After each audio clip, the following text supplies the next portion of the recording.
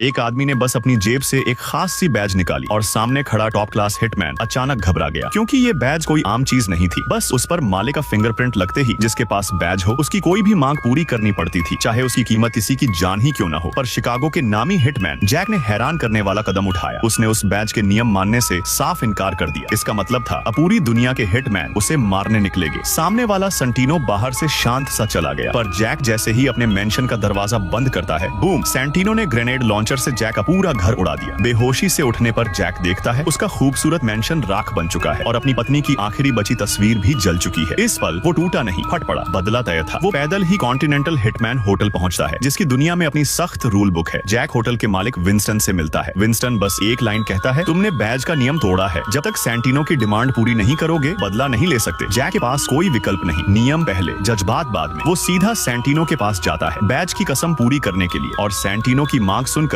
उसकी सांस रुक जाती है। जैक को उसकी ही बड़ी बहन को मारना था, क्योंकि बहन को हटाते ही सेंटिनो उसकी जगह हाई टेबल में बैठ सकता था। जैक जानता था ये साफ गद्दारी है, लेकिन कानून तोड़ता तो खुद मारा जाता। उसने बिना बहस किए मिशन स्वीकार किया। जैक बैंक जाता है, जहां उसका स्पेशल गियर लॉकर था। रिटायरमेंट के बाद भी उसने कभी बंद नहीं किया था। अंदर वही सिग्नेचर ब्लैक सूट, गोलियां और वो घातक हथियार पड़े थे जो कभी उसके नाम से दुनिया डरती थी। सूट पहनते ही पुराना जैक वापस आ गया। अब वो एक गुप्त होटल में बारटेंडर बने आदमी से मिलता है, जो असल में अंडरग्राउंड वेपन्स कस्टमाइजर था। जैक चुपचाप अपनी जरूरत बताता है और कुछ मिनटों बाद perfect tools for a silent assassination उसके सामने थे। इसके बाद जैक अपनी भारी राइफल्स और बैकअप गन शहर के अंडरग्राउंड टनल में पहले से छुपा देता है। प्लान बी हमेशा तैयार, सब सेट। जैक टारगेट की लोकेशन पहुंचता है, इटली की एक रॉयल सेरेमोनी, जहां उसकी टारगेट और उसकी पुरानी दोस्त जियाना मौजूद थी। जैसे ही जियाना उसे देखती है, उसकी आंखों में समझ आ जाता है क्यों जैक आया है। वो मुस्कुराती है, कड़वी टूटी हुई मुस्कान। सेंटिनो मेरे पीछे आया और तुमने मान लिया। जियाना उसे बताती है कि उसकी मौत के बाद उसका भाई न्यूयॉर्क की अंडरवर्ल्ड को कब्जा करेगा और उस पूरी बर्बादी की जड़ जैक ही होगा। फिर वो एक चाकू निकालती है और खुद को खत्म कर लेती है, ताकि मौत उसके भाई की नहीं, उसकी अपनी चॉइस लगे।